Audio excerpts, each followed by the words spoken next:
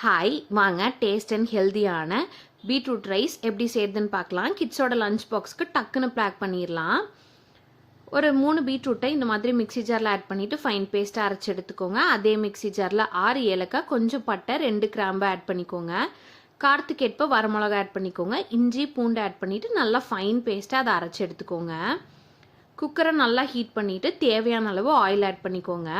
Oil லைட்டாக heat ஆனதுக்கப்புறம் 2 table spoon அளவுக்கு நெய் ஆட் பண்ணிக்கோங்க. ஆப்ஷனல் தான், தேவைப்படுறவங்க ஆட் பண்ணிக்கலாம். ஒரு சின்ன பீஸ் ஜாதி பத்திரி, ஒரு அன்னாச்சிப்பு, ஒரு 3 பிரியாணி இலை ஆட் பண்ணிக்கோங்க.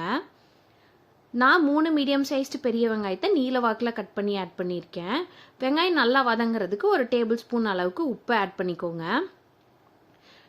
வெங்காயம் வதங்கினதுக்கப்புறம் நம்ம அரைச்சி வச்சுருக்க இஞ்சி பூண்டு பேஸ்ட் அதில் ஆட் பண்ணிக்கலாம். நல்லா பச்சை வாசனை போகிற அளவுக்கு வதக்கி விட்டுக்கோங்க. ஒரு கொத்த அளவுக்கு புதினா, கொஞ்சம் மல்லித்தலை ஃப்ளேவருக்காக ஆட் பண்ணிக்கோங்க.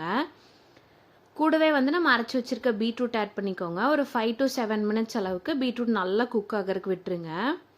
பீட்ரூட் நல்லா குக் ஆனதுக்கப்புறம் ஒரு 3 தக்காளியை மிக்ஸி ஜாரில் அரைச்சி எடுத்துக்கோங்க.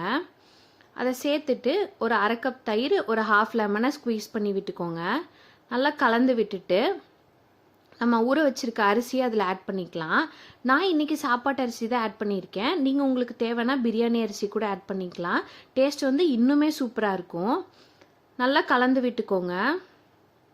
தேவையான அளவு தண்ணி ஆட் பண்ணிவிட்டு அப்படியே உப்பும் செக் பண்ணிவிட்டு ஒரு கொதி வந்ததுக்கப்புறம் நம்ம மூடி போட்டு ஒரு 2லேருந்து 3 விசில் விட்டு எடுத்துக்கலாம். அவ்வளோதான், டேஸ்டியான பீட்ரூட் ரைஸ் ரெடி ஆயிரும். பீட்ரூட்டே பிடிக்காதுன்னு சொல்கிறவங்களுக்கு கூட இதை செஞ்சு கொடுத்து பாருங்கள், கண்டிப்பாக விரும்பி சாப்பிடுவாங்க. நீங்களும் எப்படி இருக்குன்னு ட்ரை பண்ணி பார்த்துட்டு கண்டிப்பாக எனக்கு கமெண்ட்டில் டேஸ்ட் எப்படி இருந்துச்சுன்னு சொல்லுங்கள். தேங்க்யூ ஃபார் வாட்சிங்.